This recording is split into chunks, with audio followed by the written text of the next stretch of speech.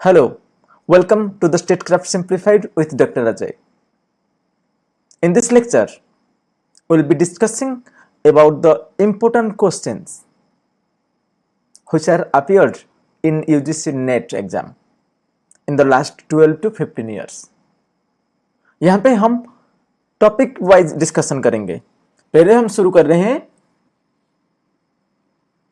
Western political thought from Plato and Aristotle. ये lecture series सिर्फ UGC NET के लिए नहीं, अगर आप कोई यूनिवर्सिटी एग्जाम दे रहे हो उसके लिए भी जरूरी है. पीजी एंट्रेंस, सीयूसीटी, सीपेट दोनों के लिए जरूरी होगा. उसके अलावा आप कोई भी यूनिवर्सिटी में पढ़ाई कर रहे हो, कोई भी यूनिवर्सिटी एग्जाम के लिए भी जरूरी होगा, एमसीक्यूज के लिए. So, without any further delay, let's get started. The first question: match list 1 with list 2 and select the correct answer from the quotes below. ये वाला बहुत ही कॉमन आता है. मैच करवाने के लिए बोलता है लिस्ट 1 और लिस्ट 2 के बीच में. ध्यान से पढ़ो. लिस्ट 1 और लिस्ट 2 के बीच में. लिस्ट 1 क्या बोल रहा है? First, justice as one person, one duty, one class and one work. Second, justice as fairness. Question number 1, match list 1 with list 2 and select the correct answer from the quotes given below. 2012 में ये question आया था. List 1 और list 2 के बीच में हमें match करवाना है और इनमें से कौन सा सही आंसर होगा चुनना भी है. Justice as one person, one duty, one class, one work. Justice as fairness. Justice as proportionate equality. Justice as the interest of the stronger. List 2 में क्या क्या नाम है? प्लेटो, एरिस्टोटल, जॉन रॉल्स, थ्रासिमाकस. हम प्लेटो के टॉपिक जब डिस्कस कर रहे थे, while discussing प्लेटो, हम ये क्लियरली देख चुके हैं. हमें प्लेटो के बारे में अगर कोई क्वेश्चन आ रहा है, प्लेटो के बारे में कोई स्टेटमेंट पूछ रहा है, तो हमें ये आ जाना चाहिए. सो जब प्लेटो के जस्टिस के टॉपिक हम डिस्कस कर रहे थे, तभी हमें पता चल गया था कि थ्रासिमार्कस के बारे में भी हमें पता चल गया था. थ्रासिमार्कस, ओके, उनके हिसाब से क्या था? Justice as the interest of the strong. D का ऑप्शन क्या हुआ? आई भी. ओके, तो हमें यह वाला पता चलता है. Thrasymachus, he argued that justice is simply what benefits the powerful. जिनके पास पावर होता है वो डिसाइड करते हैं क्या होना चाहिए क्या नहीं होना चाहिए. पावरफुल के ऊपर डिपेंड करता है. ओके, इसलिए बोला था क्या? Justice as the interest of the stronger. जो बोलता है survival of the fittest. Survival. तो डी का ऑप्शन 4 हो गया. अगर तुम्हें 2 ऑप्शन आता है, 2 ऑप्शन नहीं आता है, तो हम एलिमिनेशन के हिसाब से कैसे 1-2 ऑप्शन को रिजेक्ट कर सकते हैं, आंसर तक पहुंच सकते हैं. तो डी का अगर 4 हो गया तो डी 4 कहां है? यहां है, यहां है, यहां है, यहां पे नहीं. तो ये वाला ऑप्शन हम हटा देते हैं, ये नहीं होगा. ठीक है, नेक्स्ट आते हैं क्या? प्लेटो के बारे में हमें पता है, तो इनमें से प्लेटो कौन सा स्टेटमेंट दिए थे? जस्टिस आज one person, one duty, one class, one work. ये वाला प्लेटो होगा. ठीक है. So Plato give the concept of justice when he basically discussed about functional specialization. One man one work. Okay, और वन क्लास. ठीक है. उनके हिसाब से क्या था? Justice means everyone has their own job and when everyone does their job society work smoothly. तो वो 3 कैटेगरी में डिवाइड किए थे, man of reason, spirit and appetite. तो रीजन जो होते हैं फिलोसोफर क्लास, फिलोसोफर किंग, ये सोल्जर क्लास, और एपेटाइट जो प्रोड्यूसर क्लास. तो इन तीनों के पास अलग अलग काम होता था. सोल्जर जो होते थे, प्रोड्यूसर जो होते थे, देखते हैं प्रोड्यूसर क्या करते हैं, वो प्रोडक्शन यूनिटी के लिए काम करते थे, फूड ग्रेन का प्रोडक्शन। सोल्जर क्या करते थे, प्रोटेक्शन कर देते थे, प्रोटेक्ट करते थे। और ये जो रीजन जो बोलता है फिलोसोफर किंग, उनका काम क्या था, रूल करना। तो हो गया, one person one duty one class one work. तो ऑप्शन ए का ऑप्शन हो गया, लिस्ट ए में ये प्लेटो हो गया। तो ए कहां ढूंढो, यहां पे है, यहां पे है, तो ये वाला नहीं, इसको हम हटा देते हैं। ठीक है, ये नहीं होगा, ये भी नहीं होगा। दो ऑप्शन मिल गया ना एलिमिनेशन के राउंड हिसाब से, right.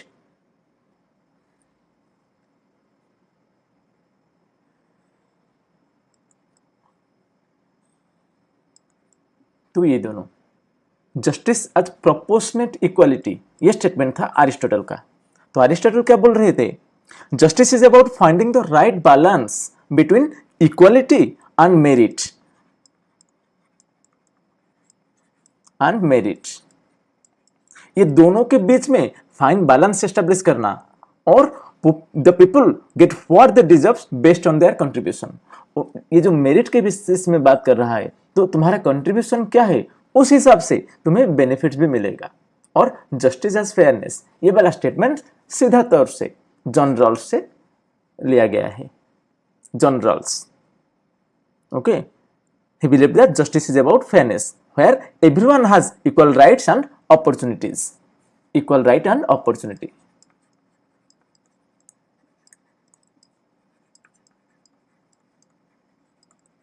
Equal right and opportunity. So option क्या होगा, वन का हो गया one, second justice as fairness three, justice as proportionate ये वाला राइट आंसर।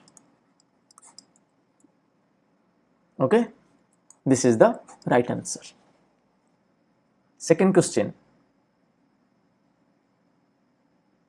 ये भी मैच करना है list one and list two. Match list one with list two and select the correct answer from the quotes given below. List 1, list 2, perpetual peace, golden mean, analogy of the cave, fortune as omen. List 2 में क्या क्या है, प्लेटो, Immanuel Kant, Aristotle, Machiavelli. प्लेटो, जब हम प्लेटो के बारे में discuss कर रहे थे तो वहां पे एक कॉन्सेप्ट आया था, allegory of the cave.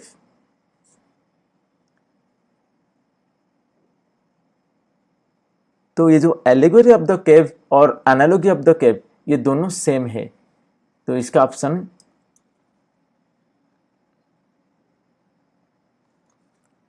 Option सीधा प्लेटो होगा, सी का 1। ओके, तो प्लेटो बुक क्या बोल रहे थे, allegory of the cave book concept क्या था, जो उनका फेमस बुक था रिपब्लिक, उसमें वो उसके बारे में बोले थे कि allegory of the cave, he presented that the illustration that transformative power of education and knowledge on human perception and understanding of reality. तो केव के अंदर जो लोग होते हैं उनको बाहर की दुनिया के विषय में कुछ पता नहीं चलता है, उनको लगता है वो शैडो है, जो शैडो आ रहा है वो ही रियल वर्ल्ड है, लेकिन जब बाहर वो आते हैं उनको रियलिटी अलग ही लगता है, रियल वर्ल्ड कुछ अलग है। तो एलिगोरी ऑफ द केव वो कॉन्सेप्ट सीधा तर्क से हम बोल सकते हैं प्लेटो से लिया गया है। अगर बाकी कुछ नहीं आता है, एक ही पता है, तो कोई ऑप्शन मिलता है क्या, हम जिसको बोल सकते हैं वो ठीक होगा या गलत होगा, एनालॉजी ऑफ द केव ये वाला होगा answer. Perpetual peace, Immanuel Kant, golden mean, Aristotle, fortune as omen, Machiavelli. ठीक है, तो परपेचुअल पीस, इमैनुअल कांट कौन है, Kant was a German philosopher.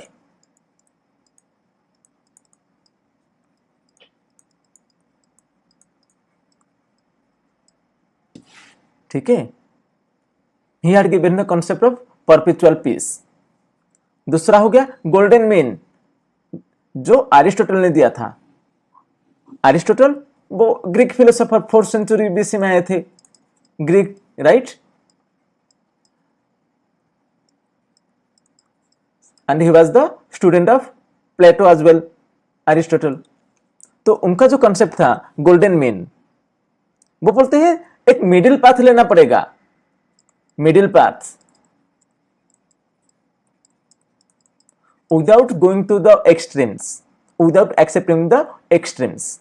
दोनों एक्सट्रीम मतलब एक मॉडरेट और वर्चुअस लाइफ होना चाहिए, एक मध्यम मार्ग जो बोलते हैं मिडिल पाथ, उसको फॉलो करना चाहिए। वही वाला था गोल्डन मीन और Fortuna's omen. This was by Machiavelli. He describe Fortuna's omen. क्यों?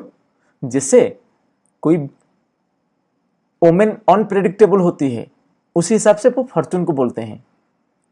फॉर्चून और मिसफॉर्चून, कब किसी का नसीब, कब किसी का फॉर्चून खराब हो जाए, किसी का भाग्य खराब हो जाए, किसी का अच्छा हो जाए, कोई भरोसा नहीं है। ठीक है? So fortune that was very unpredictable, just like omen, they are not even predictable, not at all predictable. Okay, and they are influenced by chance and luck. Okay, so option 2 is the right answer. Okay,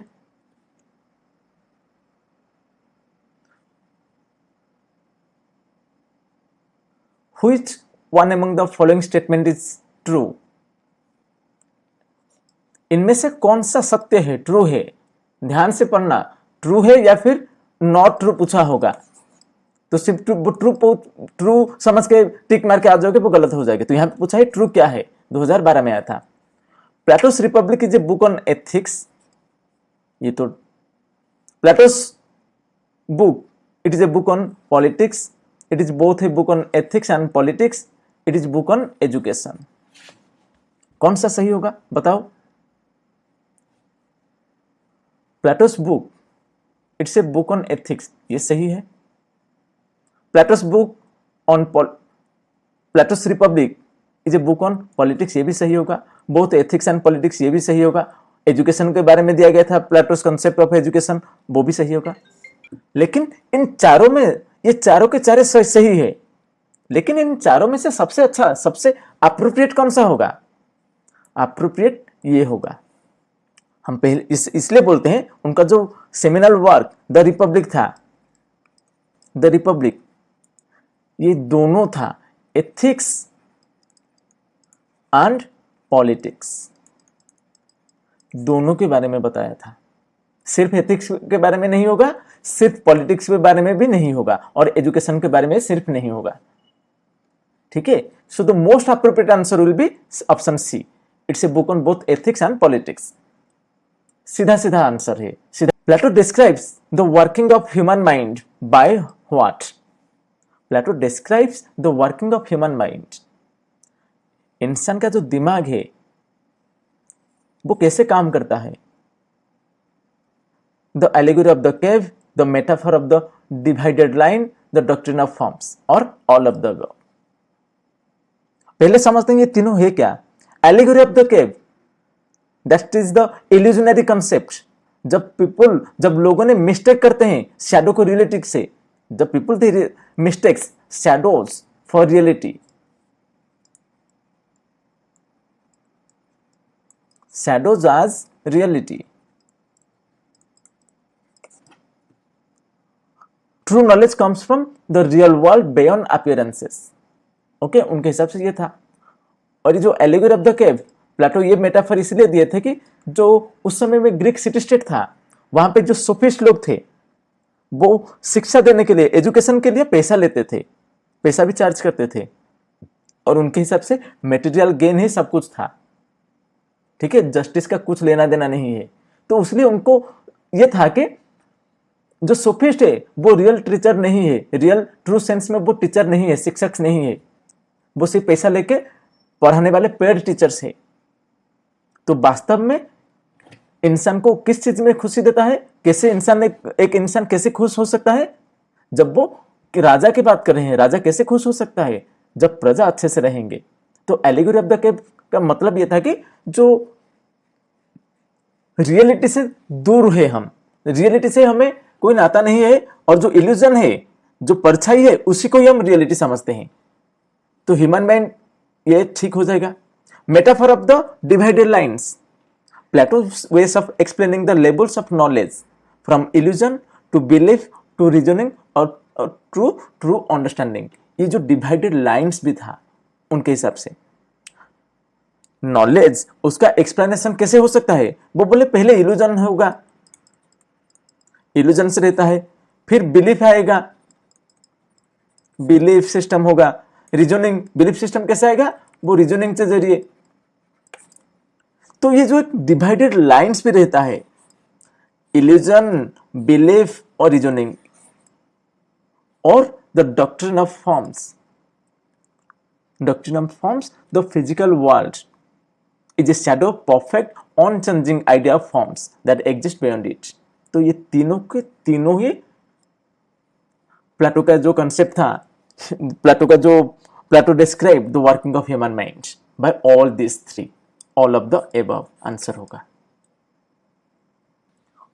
next question, question number 5, who among the following is a defender of Plato. Plato को कौन defend किया था 2013? Option पोपर, Berlin, क्रॉसमैन, Levinson. जब प्लेटो को हम discuss किए थे, प्लेटो पढ़े थे, तो ये सीधे तरह से बोल सकते हैं पोपर नहीं होगा, क्योंकि वो क्रिटिसाइज किए थे। ही क्रिटिसाइज प्लेटो आज टोटलिटेरियन थिंकर। कहां पे क्रिटिसाइज किए थे? उनका वो बुक था open society and it's enemies, which was published in 1945। ठीक है, ये जो बुक था open society and it's enemies, उसमें वो क्रिटिसाइज किए थे। तो डिफेंड थोड़ी ना, हम डिफेंस की बात कर रहे हैं, हु डिफेंडेड प्लेटो, तो पोपर नहीं होगा। दूसरा Berlin, Isaiah Berlin, he viewed Plato as the father of authoritarianism, ये भी क्रिटिसाइज किए थे, ही आल्सो क्रिटिसाइज्ड। ठीक है, ये क्या क्रिटिसाइज किए थे? He is the father of authoritarianism.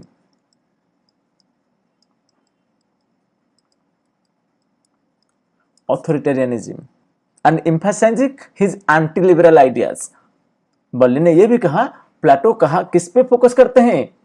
Anti liberal ideas. Crossman, he argued Plato's ideas inspire the fascist tendency.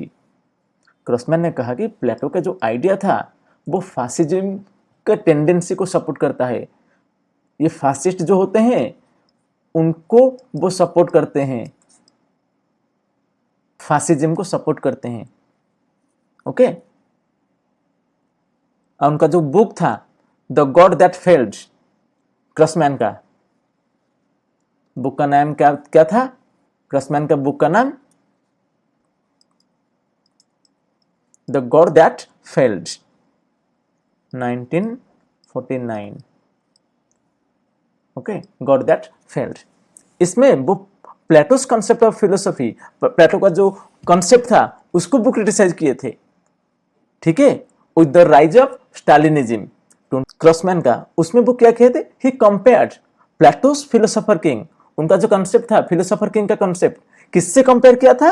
To the rise of 20th century dictatorship like Stalinism. Stalin का जो idea और प्लेटो का जो कॉन्सेप्ट था philosopher king, ये दोनों में similarity था। तो ये क्रॉसमैन का कहना है। तो ये तीनों ने मना किया था, तीनों ने उनको क्रिटिसाइज किया था। Levinson, the answer is Levinson, उन्होंने वो डिफेंड किया था। He argued Plato's philosophy is psychological linkage to the authoritarian personality traits, but Levinson argued proper understanding should be there. उनका बुक था क्या? In defence of Plato. ठीक है, where is justified he defended Plato's concepts, Plato's ideas.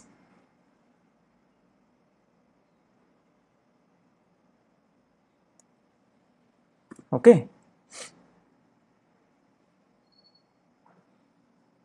Next question, who among the following is not a principal character in Plato's Republic?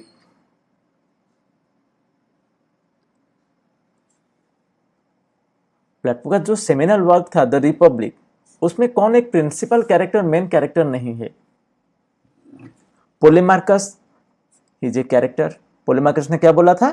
Justice as helping the friends and harming the enemies. जब वो justice के बारे में discuss कर रहे थे प्लेटो justice का concept देने से पहले कुछ लोगों से वो पूछताछ कर रहे थे, what is justice according to them. So उस समय पोलेमार्कस का जिक्र आता है। उन्होंने क्या कहा था, helping friends and harming enemies. ये जो कंसेप्ट था उसको वो रिजेक्ट नहीं किए थे, लेकिन ये पूछा कहां है, क्या पूछा है, who among the following is not a principle character. उनमें से कोई प्रिंसिपल कैरेक्टर नहीं है, इंपोर्टेंट कैरेक्टर नहीं है। लेकिन पोलेमार्कस का आइडिया जो था उसको वो रिजेक्ट किए थे, लेकिन वो तो एक कैरेक्टर थे ना, तो ये नहीं होगा, ये हटा देंगे हम, ये नहीं हो पाएगा। प्रोटागोरस, प्रोटागोरस ये भी नहीं होगा। क्यों? Protagoras as a sophist. Okay, sophist कौन होते हैं? They are the paid teachers, जो पैसा लेके शिक्षा देते हैं, they are the paid teachers. Okay, तो ये भी जिक्र किया गया था प्लेटो के द्वारा। ग्लाकन की बात करें, उनके बारे में भी प्लेटो का जो कंसेप्ट था, प्लेटो का जो रिपब्लिक था, उसमें भी डिस्कस किया गया था। प्लेटो के हिसाब से ग्लाकन क्या बोल रहे थे, justice are the interest of the weak. उनका इंटरेस्ट को ही प्रोटेक्शन देना ही जस्टिस है। तो ये जो एडमेंटस होते हैं, ये वाला ये नहीं होगा। एडमेंटस जिक्र हुआ है, लेकिन ये प्रिंसिपल इंपोर्टेंट कैरेक्टर नहीं है, ये सब है। सो आंसर शुड बी एडमेंटस, ये वाला। ये गलती से ये 2 ये 3 होना चाहिए। Okay, the reappearance of Plato is found in the dash. The reappearance of Plato, Plato का रीअपियरेंस, फिर से वो अपीयर हुए हैं, मतलब वो अपीयर मतलब उनका कोई आइडिया, कोई भी आइडिया, कोई भी थॉट प्रोसेस वो कहां फिर से अपीयर हुआ है। Utopia of Sir Thomas More, City of the Sun of Campanella, New Atlantis of Bacon, all of the above. पहला Utopia of Sir Thomas More. Utopia, the concept और the idea of Utopia of Thomas More that was inspired by Plato's Republic. हम Plato को पहले ही बोल चुके हैं क्या, he was an utopian philosopher. उनका जो आइडिया था सब यूटोपियन ही था। तो थॉमस मोर का जो यूटोपिया का कंसेप्ट था उसमें प्लेटो का जिक्र दिखता है, प्लेटो का रीअपियरेंस वहां पे मिलता है। दूसरा, the City of the Sun of Campanella. ये City of the Sun Campanella, उसमें हम देखते हैं तो प्लेटो का जो फिलोसोफर किंग का आइडिया, जो फिलोसोफर किंग का idea that the ruler who will be the ruler, who can be the philosopher king, the wisest one, right? The wisest person. तो ये जो सिटी ऑफ द सन, यहां पे जो कंसेप्ट है, वहां पे जो प्रीस्टली क्लास होते हैं, जो वाइज क्लास होते हैं, दे कैन रूल। तो यहां पे भी जिक्र होता है।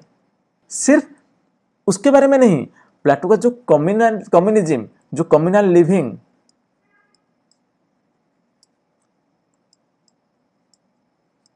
कम्युनल लिविंग के बारे में बोलते हैं, यहां पे भी जिक्र हुआ है। फिर बोल सकते हैं क्या, और कौन सा कंसेप्ट, उनका जो कंसेप्ट था एजुकेशन का, उसका भी जिक्र हुआ है डायरेक्टली इनडायरेक्टली। तो City of the Sun of the Campanella ये भी रीअपियर हुआ है। तो अगर 2 हो चुका है तो all of the above answer होगा। थर्ड, ये वाला तुम्हें पता हो या ना हो, फिर भी हम डिस्कस कर लेते हैं। ये वाला the New Atlantis of Bacon, वो फ्रांसिस बेकन की बात कर रहा है। He was influenced by Plato's emphasis on knowledge and education. Plato का जो कंसेप्ट था एजुकेशन का एंड नॉलेज, उसके बारे में, उसके द्वारा वो इंपैक्ट हुए हैं बेकन ने। Okay, so answer should B all of the above. Plato appropriated the ideas of dash. Plato appropriated the ideas of dash. 2014 का क्वेश्चन। किसका आइडिया को प्लेटो ने अप्रोप्रिएट किया था, या फिर थोड़ा बहुत वो फॉलो किया था, इंस्पायर हुए थे, किसके आइडिया था वो, कौन सा आइडिया था? हेराक्लिटस, पेरिमाइंडिस, सॉक्रेटिस और ऑल ऑफ द अबव।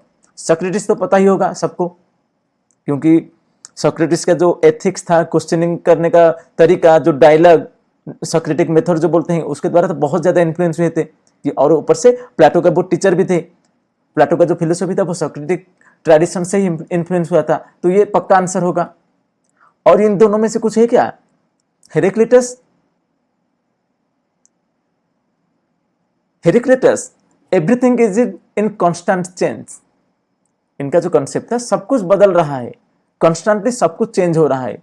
और वो फेमसली ये बोला गया था कि you can not step into the same river twice. ठीक है, क्यों ये नहीं कर सकते? सेम रिवर, उसमें तुम दोबारा स्टेप नहीं कर सकते। You can not step into the same river, क्योंकि वो फ्लो होता रहता है, चलता रहता है। So it basically talks about that everything changes, change is the law of the nature, and Plato respected Heraclitus' view on the changing world, which is contrasted with his own idea of unchanging forms. तो directly और indirectly इनके द्वारा भी वो influence हुए थे। तो answer ये हो जाएगा ऑल ऑफ द अबव। और Parmenides, change is an illusion. Change क्या है? Change is an illusion. ठीक है, so answer should be all of the above.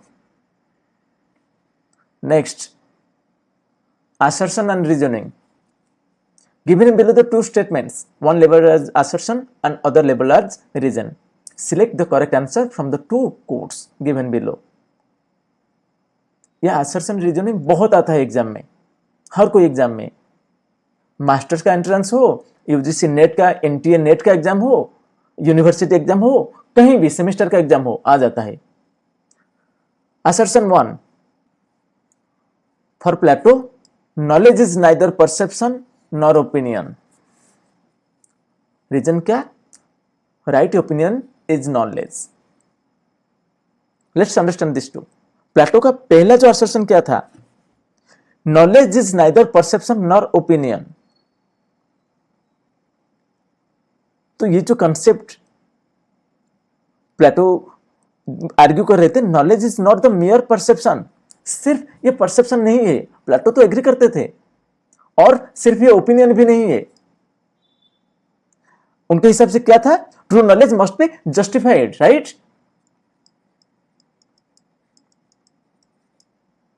True knowledge must be justified, it should be stable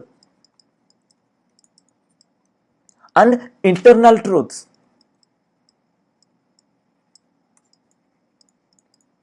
eternal truth, जो form की बात कर रहे थे, नॉलेज सिर्फ परसेप्शन नहीं, सिर्फ ओपिनियन नहीं।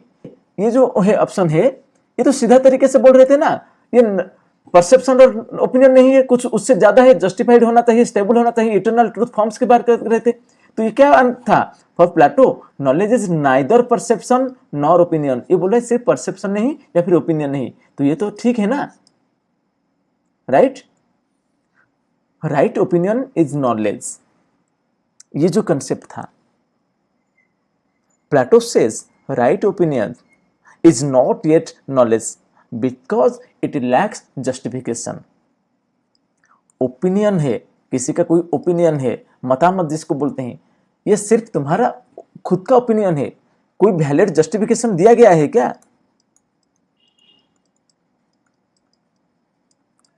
नहीं है, राइट?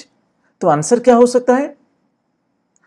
पहला वाला ट्रू है, दोनों नहीं होगा, ये दोनों नहीं होगा, ये वाला होगा। assertion is true, reasoning is false. ठीक है,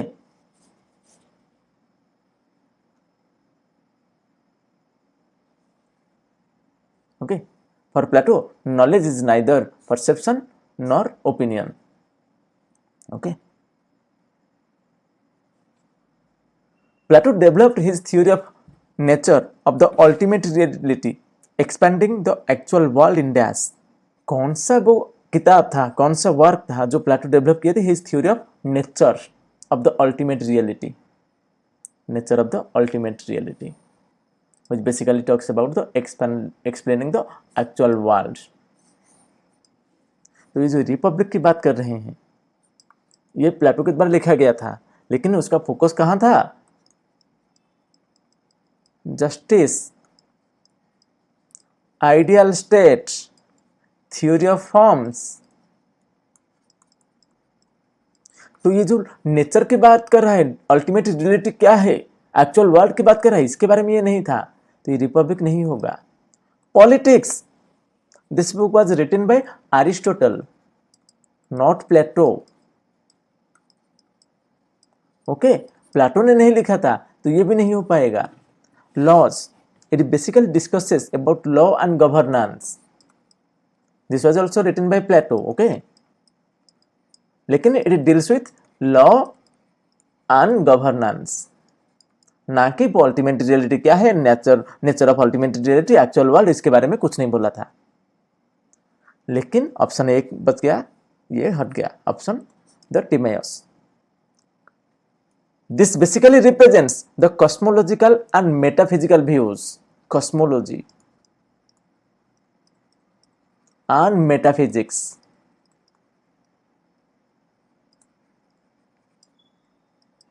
उसके बारे में बोला गया है, ठीक है। वो इटर्नल रियलिटी, वो nature of the ultimate reality, actual world, उसके बारे में द टिमेयस में डिस्कस किया गया है प्लेटो के द्वारा। So answer should B option 4।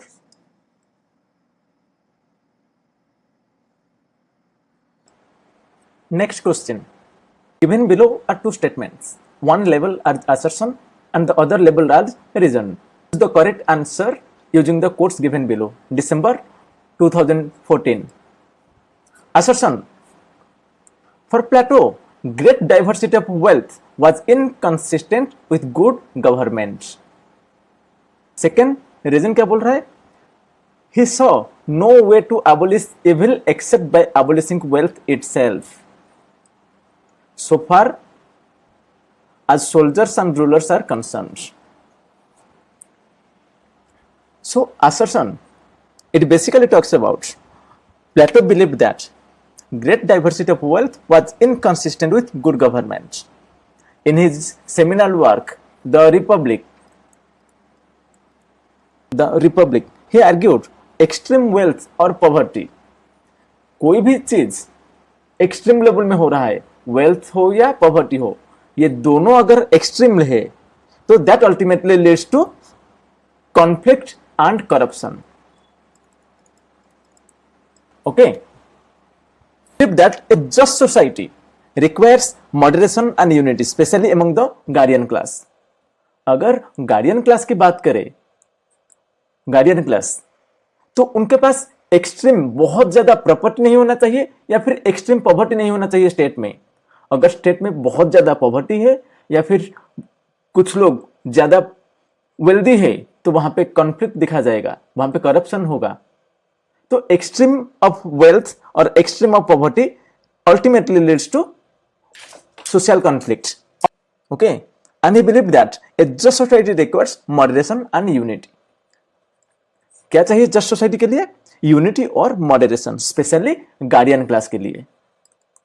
कौन थे वो? The philosopher king and the soldier class. ये दोनों गार्डियन क्लास ही थे, राइट, अकॉर्डिंग टू प्लेटो. तो ये रीजन, तो ये तो सही है, असर्शन सही है. He saw no way to abolish evil except by abolishing wealth itself. ये बोल रहा है कि उन्हें कोई और कुछ नहीं दिखा. अगर स्टेट में इविल या कोई बुराई है, उसको इरेडिकेट के लिए, उसका इरेडिकेशन के लिए, उसका एबोलिशन के लिए क्या करना पड़ेगा? प्रॉपर्टी और वेल्थ को इरेडिकेट करना पड़ेगा, वेल्थ को हटाना पड़ेगा. किसके लिए? खास करके जो गार्डियन क्लास होते हैं. सोल्जर क्लास की बात करो या फिर रूलर क्लास की बात करो. तो ये रीजन भी सही है, ठीक है. तो आंसर क्या होगा? Both A and R are true and R is the correct explanation of A. This is the right answer. Okay, he proposed that the guardian class, particularly the soldier class and the philosopher king, they should have no private property. Next question. Nocturnal council finds a mention in plateaus what? ये जो nocturnal council है ये प्लेटो का कौन सा work में, कौन सा बुक में वो मिलेगा, उसका जिक्र कहाँ होता है? रिपब्लिक, स्टेट्समैन, लॉज और नॉन ऑफ द अबव? हमें ये पहले जानना पड़ेगा कि नॉक्टर्नल काउंसिल होता क्या है। अगर प्लेटो के बारे में पढ़े हो तो आंसर तो सीधा मिल जाएगा, right? The nocturnal council, that concept was proposed by Plato specifically in his later work the laws. Okay, answer होगा the laws, straight forward answer. Okay, ये जो क्वेश्चन बहुत ही सीधा है, स्ट्रेट फॉरवर्ड क्वेश्चन। तो एक नॉक्टर्नल काउंसिल होता क्या है? ये बोल रहे हैं जो नॉक्टर्नल काउंसिल है ये है क्या? It's a secretive and elite council. Okay,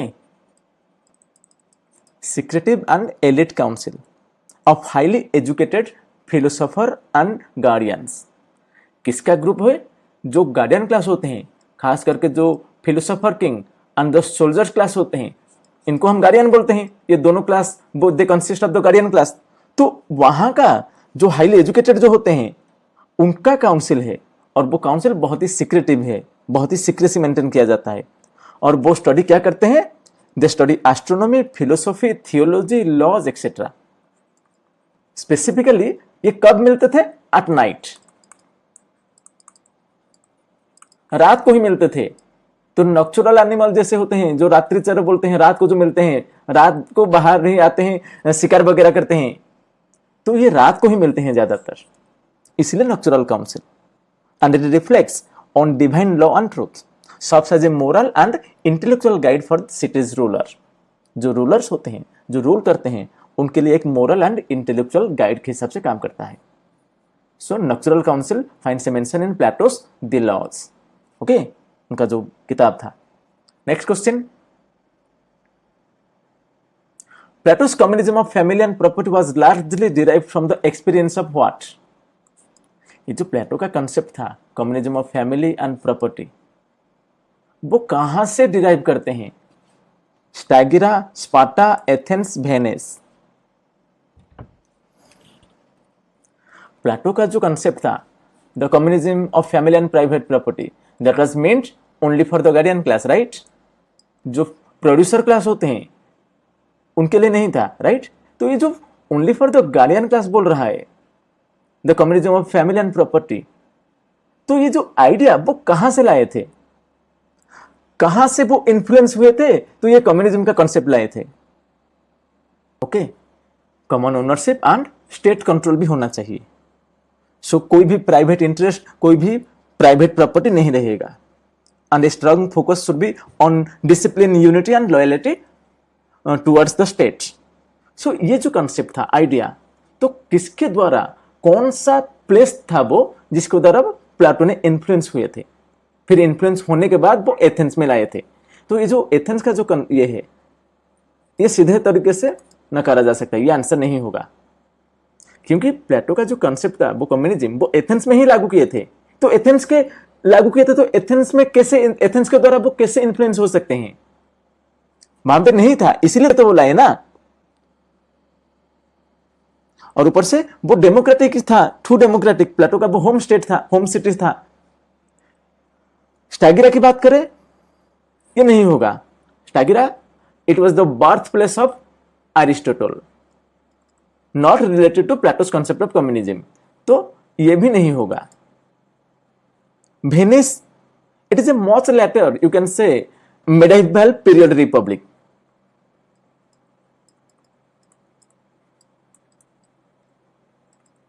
तो प्लेटो से कुछ लेना देना नहीं है, तो एक ही ऑप्शन बचता है, Sparta. He was very much influenced by Sparta. The education system, the concept of communism, the military training, okay, everything in Sparta during that point of time. So, to make Athens an ideal state, Plato inculcated all these ideas in his concept of ideal state, which was implemented, which he wants to make Athens an ideal state. So answer should be Sparta. Only 2 option 4, this one, this is the right answer. Okay, next question. Scholasticism of Middle Ages sought to establish what? Scholasticism, ये समझेंगे ये क्या है. सो ये basically क्या बोलता है, it's an dominant intellectual movement in the middle ages. Okay, middle ages की बात कर रहे हैं, मिडिल एजेस. सो इसका specially with in the Christian church by the thinkers of Thomas Aquinas, Iceland and others. तो स्कोलास्टिसिज्म क्या है? It's a dominant intellectual movement. Okay, dominant intellectual movement in the middle ages in the medieval period, which was specially within the Christian church. Okay, Christian church led by thinkers like Thomas Aquinas. But what scholasticism aimed to do? Use reason and logic to support theological doctrines. They defend faith over reason, which basically talks about faith or religion is superior over reason. किसको ज्यादा importance दे रहा था? Religion को, faith को, rather than reason. Okay, तो let's find out the answer. Supremacy of political domain over spiritualism. Supremacy of political domain over the spiritual, ये सीधा नहीं होगा. हम यहां ही बात किए ना, किस पे फोकस कर रहा था? फेथ में, रिलीजन में, ना कि रीजन में. तो पॉलिटिकल डोमेन का सुप्रीमेसी वो एक्सेप्ट नहीं करेगा, क्योंकि मेडिएवल पीरियड में जो हुआ था, चर्च को इंपोर्टेंस दिया था, रिलीजन को, स्पिरिचुअलिज्म को. तो ये ऑप्शन नहीं होगा. The autonomy of intellectual freedom over the political regimes. Focus किस में किया था? Autonomy of intellectual freedom over political regime.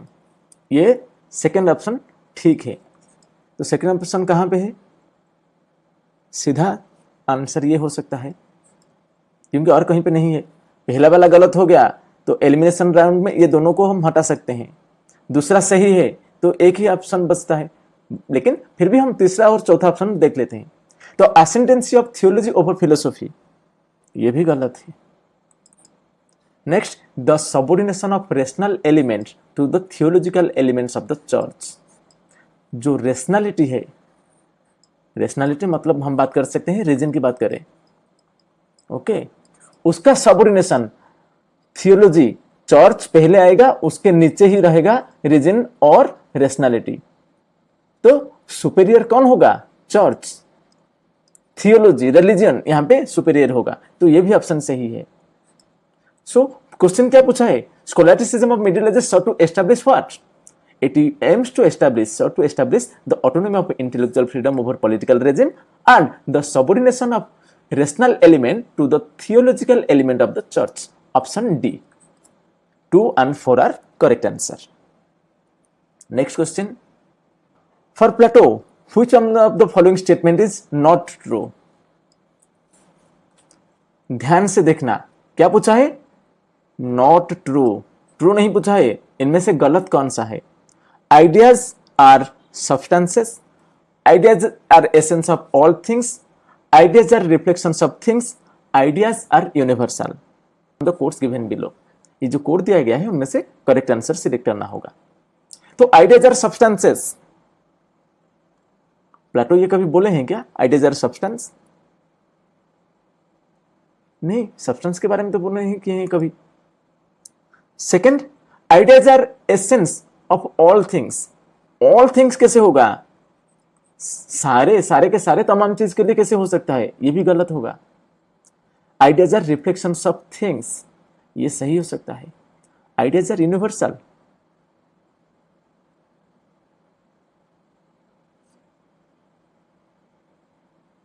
ये भी सही है,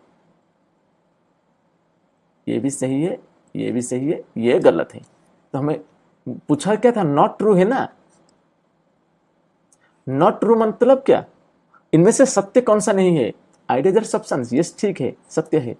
ideas are essence of all things, ये भी ठीक है.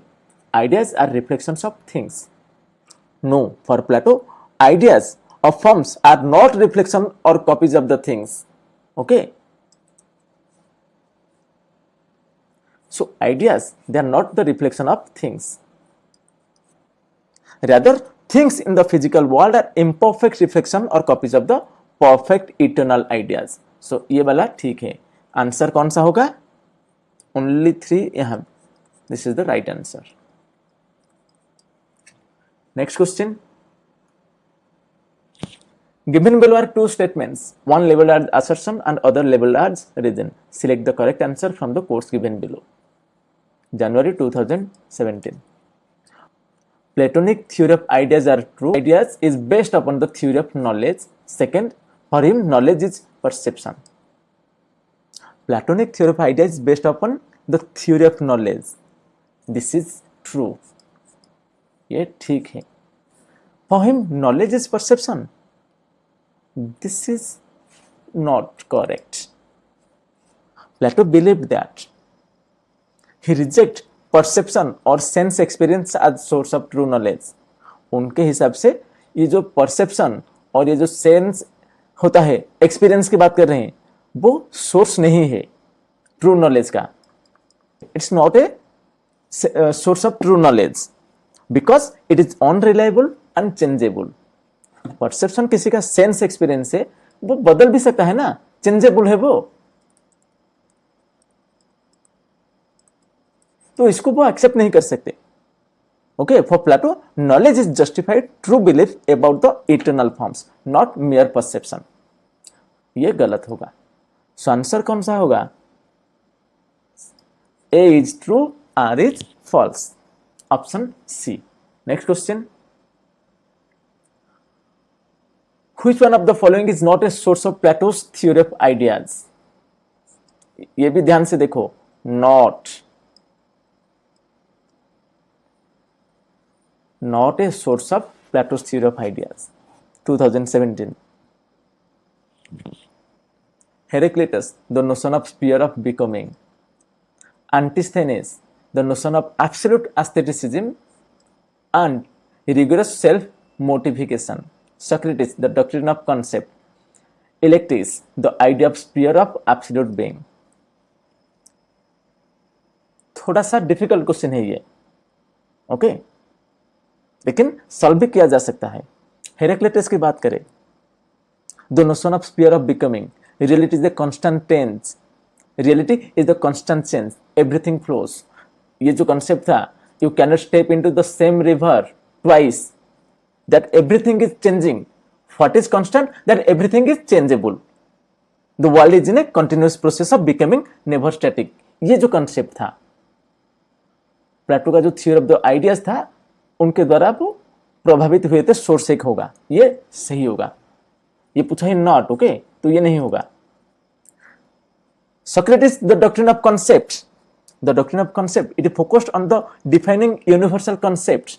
कौन सा कॉन्सेप्ट था? जैसे कि जस्टिस क्या है, वर्च्यू वो क्या है, कॉरेज क्या है, ये जितना भी सारा था वो डायलेक्टिकल मेथोडोलॉजी, डायलेक्टिकल क्वेश्चन जो था उसके द्वारा भी वो प्रभावित हुए थे. Can be considered as a source of Plato's theory of idea. तो ये होगा, तो मतलब ऑप्शन नहीं पूछा है तो ये ठीक होगा, तो मतलब ऑप्शन में नहीं आ जाएगा. ऑप्शन नहीं हो सकता ये राइट आंसर. तीसरा क्या है? Electics, the idea of sphere of absolute being. The philosopher like Parmenides said, they argued that true reality is unchanging, eternal and indivisible, a sphere of absolute being beyond change. ये भी ठीक है, मतलब ये answer नहीं होगा. तो क्या बच गया? ये option 2, Antisthenes, the notion of absolute aestheticism and righteous self-mortification. Okay, the right answer. Next question.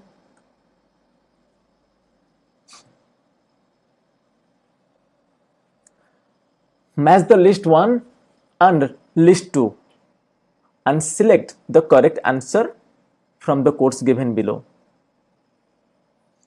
First, Symposium, Philebus, Timaeus, Republic. List 2, main theme, the sphere of physics, the sphere of politics, application of the theory of ideas to the sphere of ethics, the metaphysics of law. ये चार है. Match the following. इनमें से कौन सा सही है?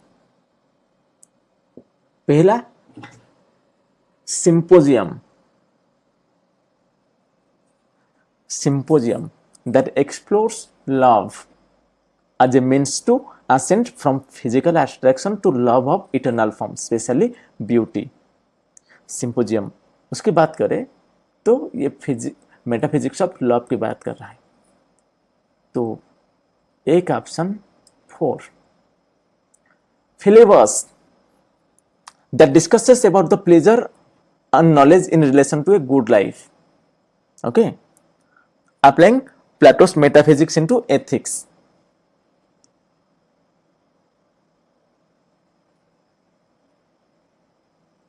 Yeah. Timaeus, a cosmological dialogue explaining the creation of the universe, nature and the role of divine craftsman. It basically talks about physics, the sphere of physics. Republic, the sphere of politics. So the answer should be option 1. Okay. Next question. According to Plato, justice is what? 2018. Very simple and direct, straightforward question. प्लेटो के हिसाब से justice क्या है? Distribution of goods and services, burdens and benefits, punishment and retribution, one man, one work, one class, one duty. सीधा सीधा answer ये है। Answer ठीक है। Distribution of goods and services नहीं है, बेनिफिट्स बर्डन नहीं, रिट्रीब्यूशन के, ये रिट्रीब्यूटिव जस्टिस के बारे में नहीं कहा था। तो प्लेटो सीधा सीधा बोले थे one class, one man, one duty. जो फिलोसोफर किंग है उनका काम क्या है? रूल करना। सोल्जर क्लास है उनका काम क्या है? प्रोटेक्शन देना। एंड फाइनली द आर्टिसंस और द पिजन क्लास, उनका काम है, क्या काम? प्रोडक्शन। काम है to produce food grains for the two classes. Next,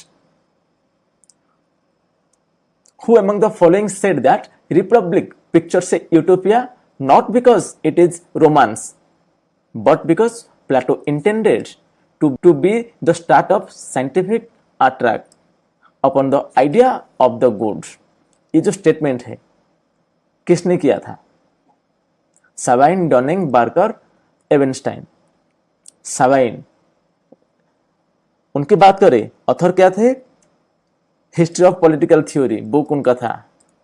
history of political theory, वहां पे वो एम्फासाइज किए थे हिस्टोरिकल एंड कल्चरल कॉन्टेक्स्ट में। And his of philosophy has deeply connected to political events and social change. तो ये जो romance की बात कर रहा है, साइंटिफिक अटैक की बात कर रहा है, तो साबाइन नहीं थे वो, उनका वो स्टेटमेंट नहीं था। Barker wrote the Greek political theory. Plato and his predecessors, he stressed that ethical and philosophical foundation of political ideas, especially in a Greek thought, viewed Plato as the moral philosopher. Plato को वो moral philosopher बोले थे। तो इनका ये जो romance वगैरह की बात कर रहा है, तो ये भी नहीं थे। विलियम एवेनस्टाइन, ये क्वेश्चन थोड़ा ट्रिकी है, तुम्हें चारों के बारे में कुछ ना कुछ पता होना चाहिए, मालूम होना चाहिए, ठीक है। ये भी नहीं है, तो ऑप्शन है डर्निंग। उन्होंने क्या कहा था? He was known for the Dunning School, right? A history of political theory which focused on the Western political thought from ancient Greek to modern times. His work is more chronological and descriptive. तो वो प्लेटो के बारे में ये statement दिया था, that Republic pictures a utopia not because it is romance, but because of Plato intended it to be the start of a scientific attack upon the ideas of good. Okay, the right answer is 2, Dunning. Next question. Match the list 1 sources and list 2 ideas which influenced Gandhi and select the correct answer from the course given below. December 2018. Major ideas: catholicity of outlook, contempt for industrial civilization and ideas for passive resistance, idealism and concern for moral values, emphasis on non-violence. यहाँ पे answer क्या होगा? Choose करो, सोचो pause करके 1 minute के लिए, क्या आंसर हो सकता है? नॉन वायलेंस, गांधी जी ने प्रीच किए थे नॉन वायलेंस, राइट? तो यहां भी है non violence, Mphasis on non violence. तो इनमें से कौन सा सोर्स है नॉन वायलेंस का? तो थोड़ा बहुत दिमाग होगा, थोड़ा बहुत तुम्हें आइडिया होगा, तो इसका आंसर तुम ये जैनिज्म बोल सकते हो, नॉन वायलेंस। किसी भी तरीके से, कोई भी तरीके से वायलेंस को वो सपोर्ट नहीं करते थे। प्लेटो की बात करें, प्लेटो वो आइडियलिस्ट थे, right? He concern for moral values, तो ये वाला आंसर हो जाएगा ऑप्शन डी का 3 हो गया, 1 का 4 हो गया। तो बाकी दोनों अगर तुम्हें पता भी नहीं है, तुम्हें आता नहीं है, फिर भी तुम्हें आंसर मिल जाएगा, आंसर विल बी 2। वैष्णविज्म की बात करें, वो catholicity of outlook, okay, catholicity of outlook. Ruskin born and Tolstoy की बात करें, the concept of industrial civilisation and idea of passive resistance, ये जो आइडिया गांधी जी का था वो यहां से लाया था उनके राइटिंग से। Answer should be B. Next question,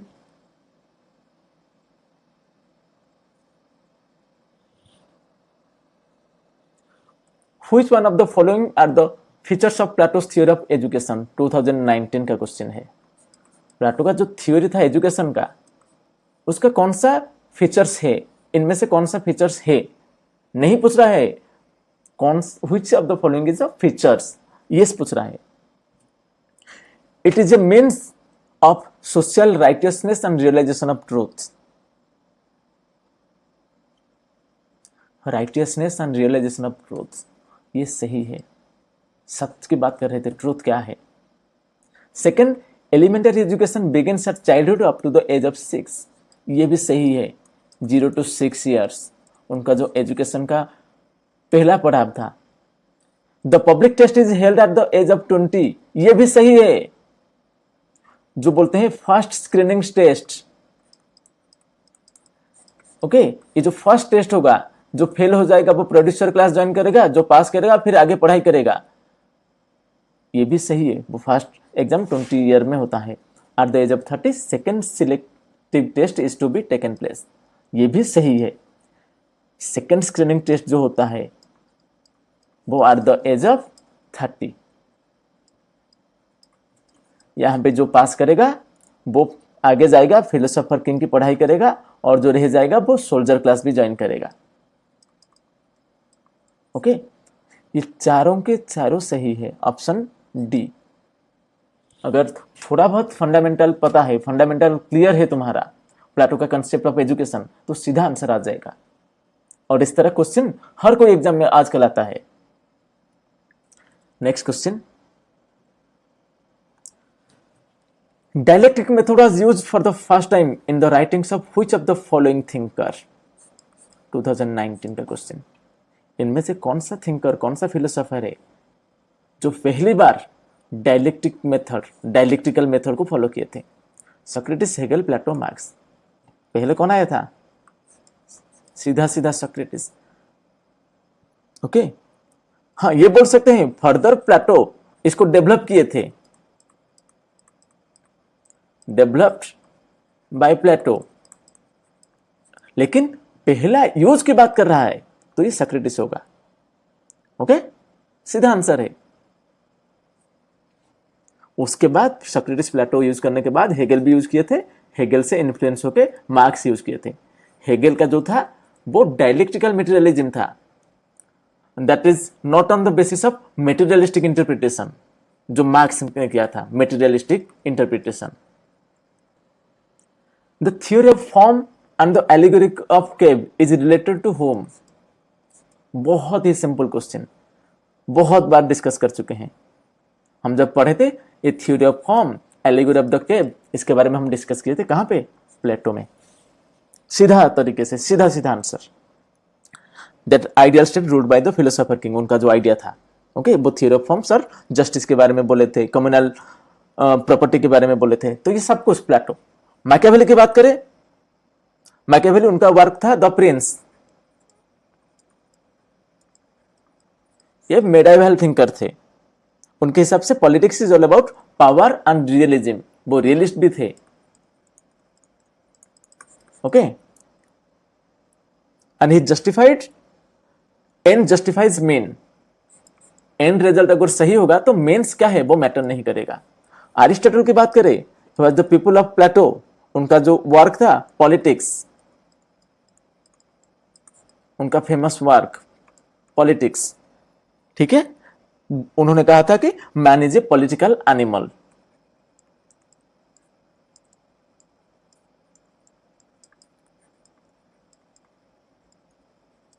man is a political animal. Hobbes की बात करें तो वह कॉन्ट्रेक्चुअलिस्ट फिलोसोफर, उनका वर्क था लेवियाथन।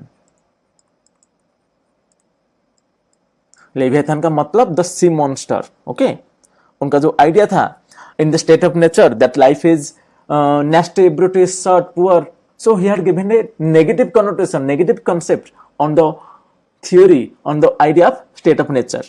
ओके, सो यहां पे आंसर सीधा मिल जाएगा हमें, क्या? 1 प्लेटो, उनका किताब था the Republic. Okay, the Republic. Next question, which of the following two are correct? बहुत ही अच्छा, देखो थोड़ा सा दिमाग लगाओ। Plato laid more emphasis on duties than rights. Plato ज्यादा एम्फासिस किसमें दे रहे थे? ड्यूटीज में, रादर देन राइट्स। ये बिल्कुल सही है। हम प्लेटो जब डिस्कस किए थे इसके बारे में हम पढ़े थे, वो प्रायोरिटी ज्यादा दे रहे थे ड्यूटीज को रादर देन राइट्स। सही है। दूसरा, his ideal state was merely an idea not reality. इसीलिए तो आइडियल स्टेट है ना, रियलिटी वो नहीं हो सकता। उनका जो लेटर वर्क द लॉज था उनमें वो रियलाइज कर चुके थे उनका जो कंसेप्ट ऑफ आइडियल स्टेट था वो रियलिटी हो नहीं सकता। ये भी सही है। He was not a feminist. ये पूछा है 2 करेक्ट आंसर्स, कौन से 2 ऑप्शन इनमें से करेक्ट है? तो आंसर तो हमें ये मिल चुका है 1 और 2, फिर भी बाकी दोनों हम देख लेते हैं। He was not a feminist, ये गलत है। वो एक फेमिनिस्ट थे, नॉट ए बोल रहा है, नहीं, he was a feminist. He did not speak about class states, ये गलत है। वो क्लास डिवीजन किए थे, फिलोसोफर क्लास, सोल्जर क्लास और प्रोड्यूसर क्लास। ये जो क्लास डिवीजन सेपरेट क्लास को लेके काम के हिसाब से वो किए थे, वो क्लास डिवीजन कैसे नहीं हुआ? ये तो ये दोनों गलत हो जाएगा। आंसर शुड बी ए और 1। Next question, assertion and reasoning. देखो कितना आया है, इसलिए बोल रहा था ये भी इंपॉर्टेंट है, हर कोई एग्जाम में आ जाता है। Assertion, according to Plato human soul consist of 3 elements, reason, spirit and appetite. कोई दोहरा मत नहीं है, ये सही है, ठीक है। Second, the state is huge form of individual, ये सही है, दोनों सही है। लेकिन ऑप्शन क्या है? Both A and R are true, R is the correct explanation of A, both are true, R is not the correct explanation of A. ये दोनों गलत हो जाएगा क्योंकि हम पहले बोल चुके हैं दोनों सही है, तो इन दोनों में से एक चूज करना पड़ेगा। तो ये बोल रहा है कि human soul consist of 3 elements, वो तो ठीक है, 3 एलिमेंट है, रीजन, स्पिरिट, एपेटाइट। लेकिन ये बोल रहा है state is a huge form of individual, ये सही है। When it decide he said that state is individual writ large. लेकिन ये जो रीजन, स्पिरिट, एपेटाइट, ये सोल और ये स्टेट दोनों अलग अलग हो गया कंसेप्ट, इसलिए आंसर क्या होगा? बी हो सकता है, बी होगा। Both are true, both are correct, but not the correct explanation. Okay, this is the correct answer. Next, maths, list 1, list 2. Bureaucratic terror, cultural revolution, apartheid, allegory of caves, Frantz Fanon, Plato, Mao Zedong, Hannah Arendt करना है तो सीधा allegory of केव प्लेटो हो जाएगा। हम जानते हैं ये। तो अगर एलिमिनेशन राउंड की बात करें, एलिमिनेशन का प्रोसेस का बात करें, बाकी अगर एक दो आता है एक दो नहीं आता है, तो एलिमिनेशन राउंड में हम एलिमिनेशन के जरिए हम कैसे आंसर तक पहुंच सकते हैं। देखो, allegory of the cave, Plato, ये दोनों, ये कट गया ये हट गया, इन दोनों में से कोई सही एक होगा। तो ये दोनों देखो, थर्ड का ऑप्शन 2 ही होगा, थर्ड का ऑप्शन 1 ही होगा। तो अपार्थाइड का कंसेप्ट जो है वो फ्रांटो फाजन। तो बस और एक चाहिए हमें, माओ जेडंग, जो चाइनीज रिवॉल्यूशन, चाइनीज लीडर, उनके बारे में तो जानते होंगे ना। माओ जेडंग बोलते हैं, माओ सेतुंग भी बोलते हैं। ओके,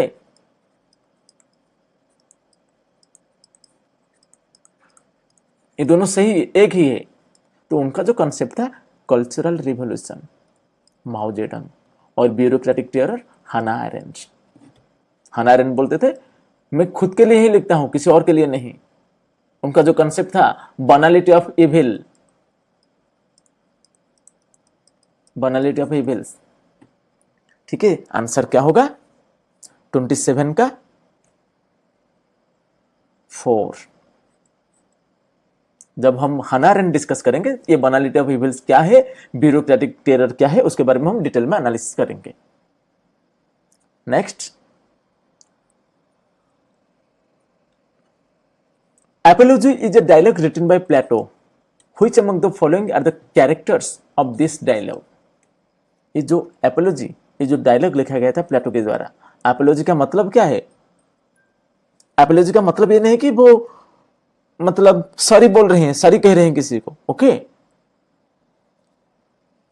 तो एपोलॉजी का एक वो डायलॉग था where he presented Socrates' defense speech during his trial in 399 BC.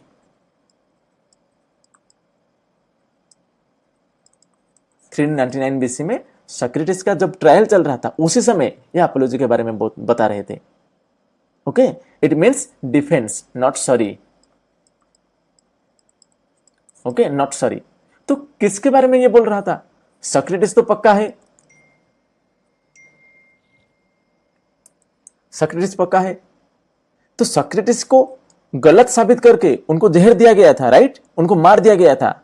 So in his dialogue, Socrates addressed his accuser and the Athenian jury. तो आंसर ही होगा accuser, उनको जो accuse कर रहे थे, तो Socrates is responsible। ठीक है, क्यों? क्योंकि जो युवा है, जो यूथ है, वो गलत रास्ते में, गलत राह पे जा रहे हैं, तो बिकॉज ऑफ Socrates, तो इनको वो accuse किया गया था।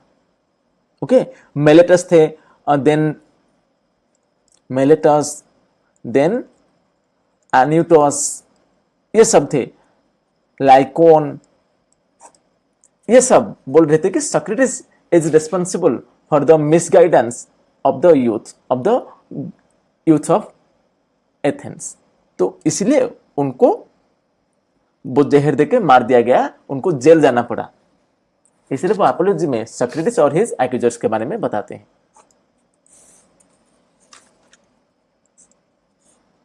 Next,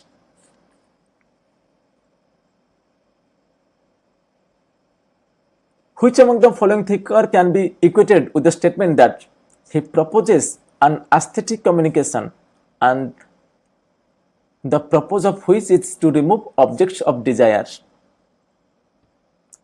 This is Plato. He proposed a form of aestheticism, especially in his work The Republic, where he argued that elimination of excessive desire in order to achieve the highest form of knowledge and just society. So excessive desire को वो क्या reject कर रहे थे। In his ideal states, जो guardian होते हैं, जो गार्डियन क्लास है, जिनके वो हम बोलते हैं soldier and the philosopher class, उनको मटेरियल पोजीशन, डिजायर को रिनाउंस करना पड़ेगा, छोड़ना पड़ेगा, to pursuit knowledge and virtue. Okay, तो ये जो कंसेप्ट था, ये जो स्टेटमेंट सीधा तरीके से, सीधे सीधे हम बोल सकते हैं प्लेटो से रिलेटेड है। ओके।